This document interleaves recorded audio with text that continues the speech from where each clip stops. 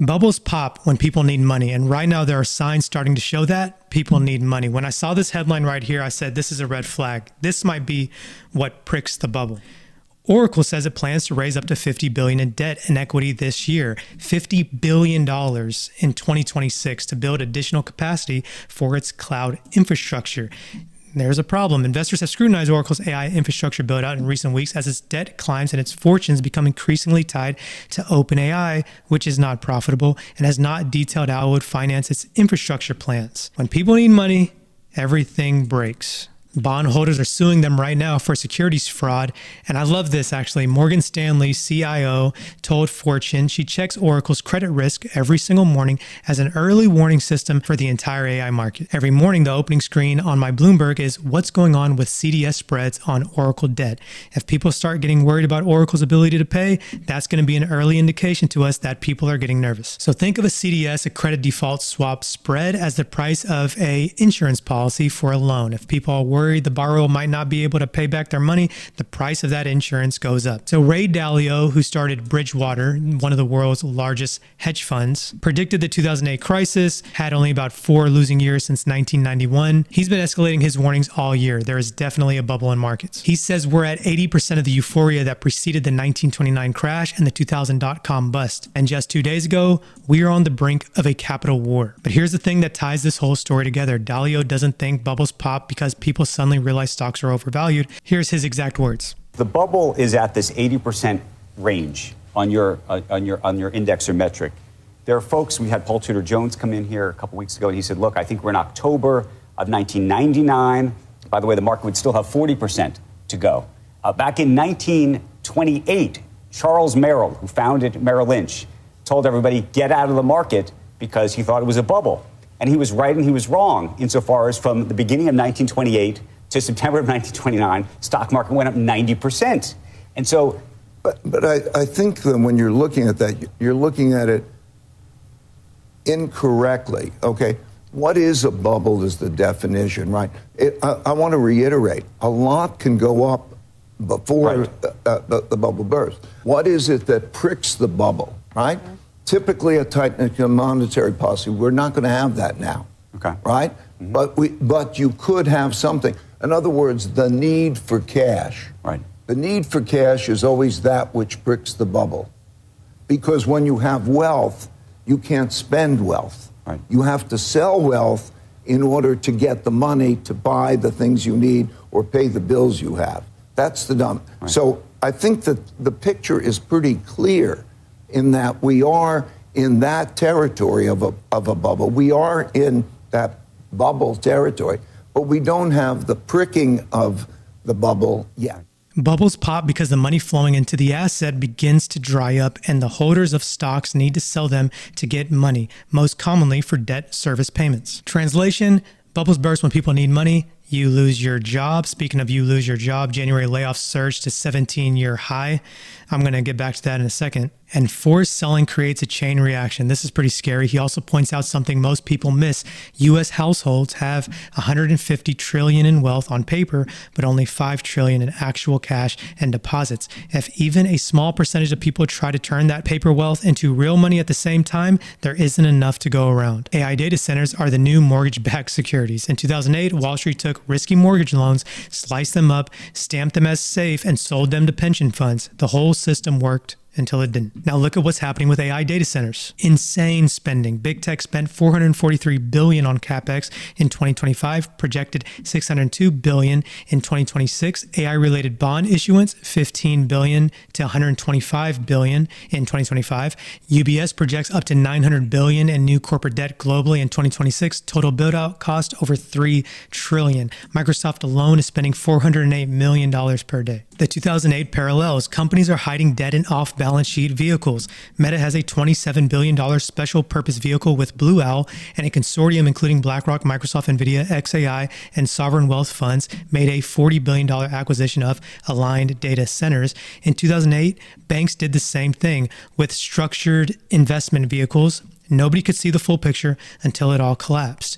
Banks are buying insurance, credit default swaps on the very tech debt they helped create, up 90% since September 2025. In 2007, banks did the exact same thing with mortgage debt right before it blew up. CoreWeave was paying 11 to 15% interest on their junk-rated debt. Even Oracle-rated BBB sees its bond trading at junk-like spreads. And the assumption holding it all together, in 2008, it was housing prices always go up. Today, it's AI demand will always grow. Oracle is building $300 billion worth in data centers for a customer that's never made a profit. That customer is OpenAI. And here's OpenAI's financial profile. You can pause it if you're interested. JP Morgan is already seeing slower investor interest for the $38 billion Stargate loans. As this research firm put it, the market has indicated this is not investment grade debt. CoreWeave's interest coverage ratio is 0.17x. For every dollar they owe in interest, they are only making 17 cents to cover it. Michael Burry sees it too. Massive ramping capex through purchases of NVIDIA chips and servers on a 2 to 3 year product cycle should not result in the extension of useful lives of compute equipment. Yet this is exactly what all the hyperscalers have done. What he's saying in plain English, NVIDIA chips become outdated every 2 to 3 years, but companies are pretending they'll last 5 to 6 years on their balance sheets. That makes their earnings look better than they actually are by about $176 billion over 2026 and 2028. In 2008, banks used a conceptually similar approach, favorable accounting assumptions to avoid recognizing the true economic cost of deteriorating assets. Also, the job market is cracking. Dalio says bubbles burst when people need money. Look at what's happening right now. January 2026, worst month for layoffs in 17 years. 108,000 layoffs announced. Worst January since 2009. Hiring plans, 5,300. Lowest ever recorded, up 200% from December. UPS is cutting 30,000 jobs. Amazon cut 16,000 jobs. Healthcare lost 17,000, the most since April 2020. Doge was the number one reason for layoffs in all of 2025. 290,000 government cuts. The federal workforce shrank 9% in 1 year. Today, JOLTS data made it worse. Job openings dropped to 6.5 million, the lowest since September 2020. Missed expectations by 658,000. There are now nearly 1 million more unemployed people than open jobs. Here's what's strange. The economy is still growing. GDP up 4%, corporate profits record highs, stock market near all-time highs, but job creation in 2025, 584,000 total. That's the worst year since 2003 outside of a recession. Economists have a name for it, the jobless boom, the decoupling of employment for economic growth. Companies are making more money with fewer people. Great for stocks in the short term, terrible for the people losing jobs who will need to sell those same stocks to pay rent. And the BLS benchmark revisions delayed to February 11th. Could get ugly. Those revisions are expected to erase 911,000 previously reported jobs. So here's how it all connects. This is the chain Dalio is warning about. Layoffs, 108,000 in January alone, 1.2 million in 2025. People lose income. People need money. Savings rate at 3.5%, last seen in 2006 to 2007 before the financial crisis. Forced to sell stocks. 47% of household financial assets are in stocks, an all-time high. That's higher than the dot-com era. Stock prices drop. AI stocks make up 35 to 40% of the S&P 500, more concentrated than the dot-com peak. Margin calls, 1.23 trillion in margin debt, all-time high, 7 records in a row. The cascade, more selling, lower prices, more margin calls. The cycle feeds on itself. Now the AI paradox nobody talks about. AI is doing two things at the same time. Inflating the bubble, AI stocks drove 42% of S&P 500 returns in 2025. Creating the trigger, 245,000 tech jobs gone globally, 293,000 government jobs via Doge. Those laid off workers need cash, so they sell the same AI stocks that replace them. More selling pushes prices down. Margin calls potentially kick in.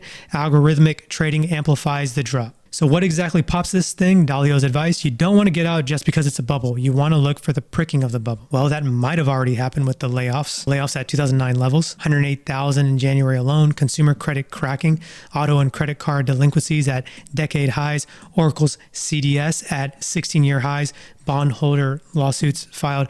CoreWeave, 42% implied default over 5 years, 3.6 billion due by June. So the most likely path to make this bubble pop isn't a single Lehman-style explosion. It's a slow squeeze.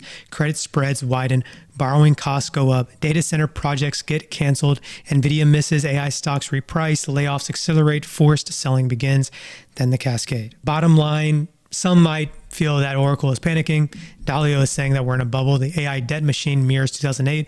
Layoffs are at levels we haven't seen since the Great Recession. People are running out of savings, and everyone is holding the same concentrated AI stocks on record leverage. I'll do my best to keep you updated on what I'm buying and selling. Thank you so much for watching, and I'll see you in the next one.